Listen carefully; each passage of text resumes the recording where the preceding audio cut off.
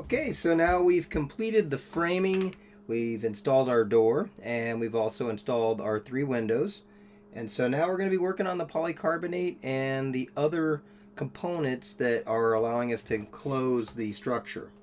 Okay, for the polycarbonate, we're using 8-foot panels. We'll be doing some cutting that will use some heavy-duty shears as well as X-Acto knives, plural, that we have. We're also going to be using the corded drill, which will be used for actually screwing in our screws that are specific for polycarbonate. They have a metal washer with a rubber washer underneath, and that allows it to cinch that polycarbonate to the wood of our actual frame without cracking it, and it also keeps water and moisture out, so that we again keep it nice and sealed. Doesn't allow as many bugs to get in. Having food inside that greenhouse, we want to keep bugs out. We are also going to be using a cordless drill that will pre-drill a few holes where we need to get some other type of bolts and screws, primarily where we're doing things through our with our fascia and our some of our trim and stuff that we're going to be doing with our and ridge caps, etc., with our actual metal along the edges of the roof. So we're going to start with the roof first, and you'll see Steve and I working on that bit, and we'll kind of cover what we're doing as we go along. We put these together on the roof. One thing that we're going to be doing before we attach them is applying these little pieces of wood that you see. These are actually called a roof panel closure strip, and they're just a little wood brace that the ridges of the polycarbonate will stick into, and it allows it to kind of form and give you kind of an extra support mechanism, since they are ridged and obviously our wood is flat, to kind of level it out and make it so it's nice and even, and will again not be able to just be flimsy and actually be solidly attached to the roof of the structure, as well as to the sides on the floor along the bottom. Again, it just gives it that extra support. So we're going to be cinching each piece of our polycarbonate onto the top of those as we drill from above through the polycarbonate into those pieces and then into the actual 2x4s of our roof. So as you can see, we're kind of letting these pieces go maybe a little long at the top. We have them dead end at the bottom, so they end where the very end of the beams. And we'll trim those up later, again, because we know that we'll have a little excess at the top. Might be fine, because we can, again, trim that out of the way as we put a ridge cap on later. And the other thing to point out is, as we put these on, each panel goes obviously from top to bottom, so the rain can fall through, or fall, go down to where our gutter's going to be and off the structure. We also overlap those panels, each one, as it goes across the beam. So it'll be a little thicker because it'll be 2 sheets on top of each other as we put them into the actual beam. So in between, they're just a single piece, but on those beams, they're going to be overlapped. Again, that allows it to be more seamless from left to right as you're looking at the roof itself. Okay, so what you see me doing here is I'm actually building the fascia. I probably really should have done it before we put the polycarbonate panels on. But I went ahead and did it after. So now that the north roof is done, I'm just cutting with my chop saw some 2x4s that are measured down to the space between each beam.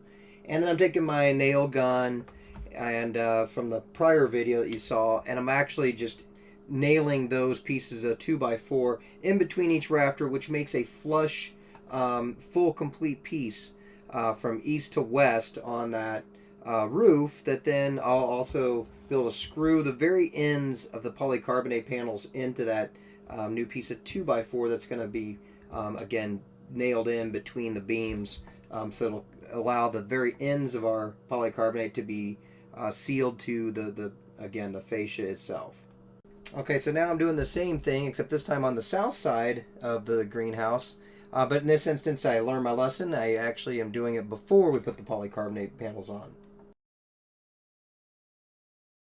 Okay, so now you see us doing the same thing. Steve and I are just putting the panels on.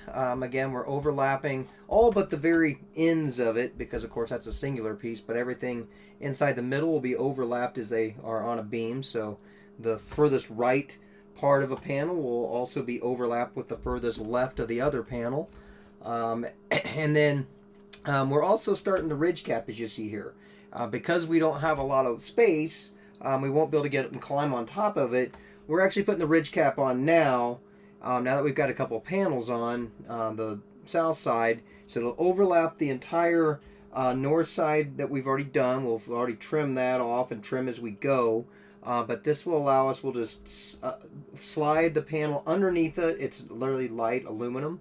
And we'll then drill and screw these down with the ridge cap, and then we can just continue to seal the ridge cap to the actual ridge as we continue toward the eastern part of the greenhouse. Now the other thing to point out with the ridge cap, we took a skill saw with a blade for cutting steel, and we cut that so that we made the ridge cap not one full piece, we made it two pieces to make it a little easier to work with. And they just overlap for about 6 inches, so that it still comes out as a one solid long piece on the ridge, but it allowed us to, again, kind of separate what we were trying to lift, so we weren't trying to lift stuff that had already been tacked down as we worked our way from left to right. And to be very clear, when I was talking about overlapping, it's literally just the last rib or ridge of the polycarbonate overlapping one ridge or rib to the other, not the entire piece, of course. So that's what that overlapping process is on the beams. Everywhere else, it's just going to be the singular piece in between. Also, what you see here is we've now completed the roof, so we're now just cutting off the excess, because it obviously didn't line up exactly left to right. As you do those ridges and start to shorten things. So you have one extra piece, it's a little bit longer at the end, so we cut that off so that it's dead-ended at the far eastern part of the roof. Okay, so now that we're done with the roof, we're going to go ahead and start doing the walls. So what you see is here is putting those panels up. We're just going to trim them with the scissors to be right level with the gable. We're also going to be using those panel closure strips at the bottom, so that keeps mice and insects out, keeps the temperature and everything sealed from top to bottom. So in this instance, we're not going to need to worry about those panel closure strips at the top, because they're going to be covered with flashing on the actual gable. So you're going to see those ends of the roof there. We're just going to tack it right into that, as well as inside the to the frame itself along the wall. And then we're going to do, just like we did with the roof, we're going to have those panel closure strips, just but this case on the very bottom you see here, and that way again it'll keep it sealed. So as you can see here, when we do the wall, we are doing them vertically. You don't do it horizontally. That way any moisture, rain, etc., when it hits the panel will go down to the ground through the channels of the ribbed panels. And then we also, when we did the window that you just saw a second ago, as well as all the other components that we're kind of framing around, we are going to use those panel closure strips again. So we make sure we're keeping it flush as we hit each spot, so there is no ribbed exposed area within those. So that's how that's being done. Also, one last thing to point out about the cutting of the polycarbonate. We did use a black Sharpie, another key tool here. And that's so that as we put it up, we just draw a line where we want to cut, and then we can pull out our scissors and just cut across that line. We can also use X-Acto knife, and that's sometimes just to cut it, and sometimes to actually just kind of clean it up as you cut with the scissors for any kind of splintering or anything that came out from there. Okay, a few of the things that we just did, we went ahead and put one of those metal corner brackets along the outside there, and again, that's just so that it keeps it also about sealing, and just so that there's, again, nothing that's going to allow any wind to get in there and cause it to move, and it keeps it sealed and pinched down to the actual frame. So we did that. We're going to do that on each corner. The other thing that we had to do, those knee braces at the top, right above the window, they set out a little away from the face of that 2x4. They're kind of in the back end of it, kind of dead middle on that piece of that post that sticks up to hold the ridge. And so we just took a couple pieces of OSB plywood just so that we could tack it into that brace as well in the middle. So we did that.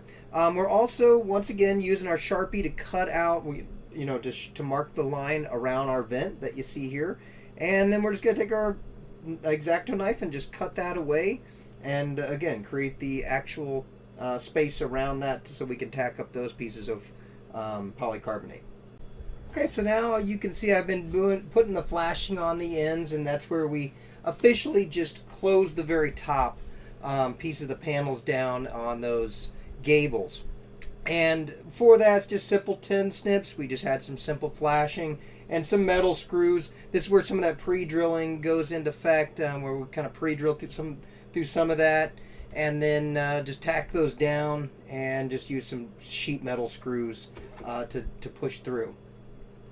So yep, it's getting dark, but we went ahead and pulled out a light because we're making so much traction.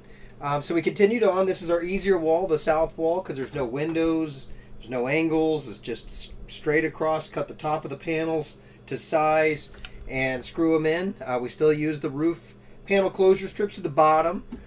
So we still put those sticking outwards so that the bottom of the panels are sealed from the inside.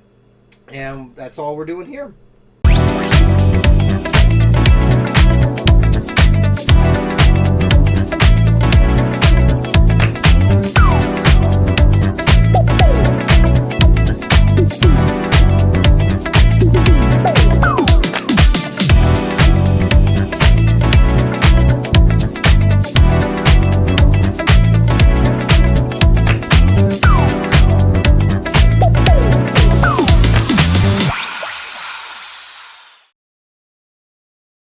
Okay, so now we finished that south wall, and of course you saw that the east wall was done before. So now I'm just tacking up and getting ready to start the west wall. And just like I did on the other corners, you see me here doing the metal. That 90-degree thing is called a metal corner bead, by the way. And so I'm just tacking those up, and again, it just guarantees that there's no any spot where wind could get underneath to ruffle the polycarbonate, and it just helps seal the whole thing up, again, for bugs, mice, and other problems that we might have. And to cut those metal beads, we just used the same tin snips that I'm using on the other metal that we used for our flashing, and that we've used in other places within the inside. It's just a normal pair of metal shears.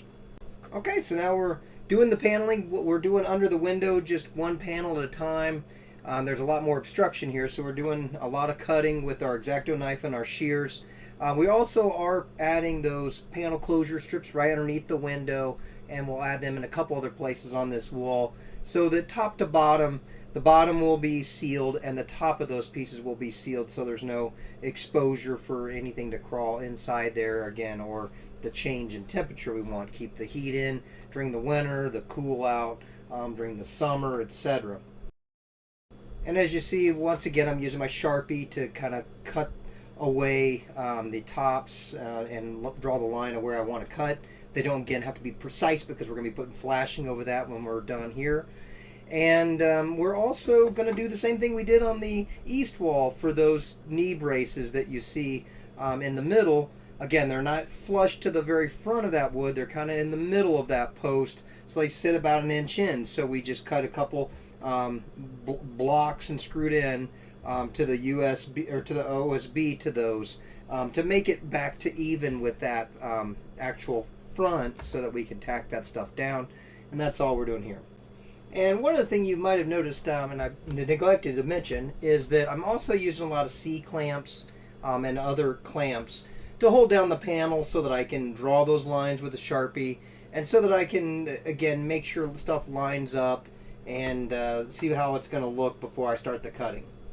And the other thing the C-clamps are also helping me with is, as you probably have noticed from watching the video, is that it holds it in place when I'm trying to screw them in. So after I've got everything cut, I can also be a little more independent to hold them into place until I get enough screws in that they're kind of locked in where I can just do the other screws across those panels. But it does give me that initial starting point as I put those pieces onto frame before I start screwing in the first couple of screws.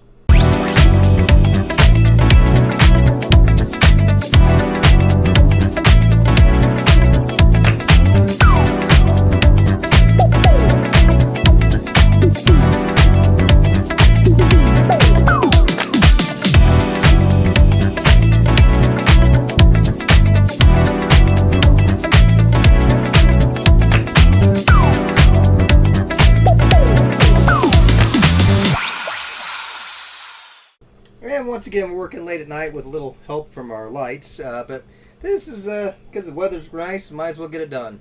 So you see we got all the polycarbonate is officially done. Now we're putting the last couple pieces of roofing on, which would be on our gables, those two flashing pieces that go across the ends there. And that again is going to be the same process we did on the east wall. We'll do some pre-drilling and use some sheet metal screws and just tack it all in. And again, that's why we didn't have to really do much to seal that, because the flashing is going to seal it for us and keep the rain to flow down correctly when all said and done we get our guttering.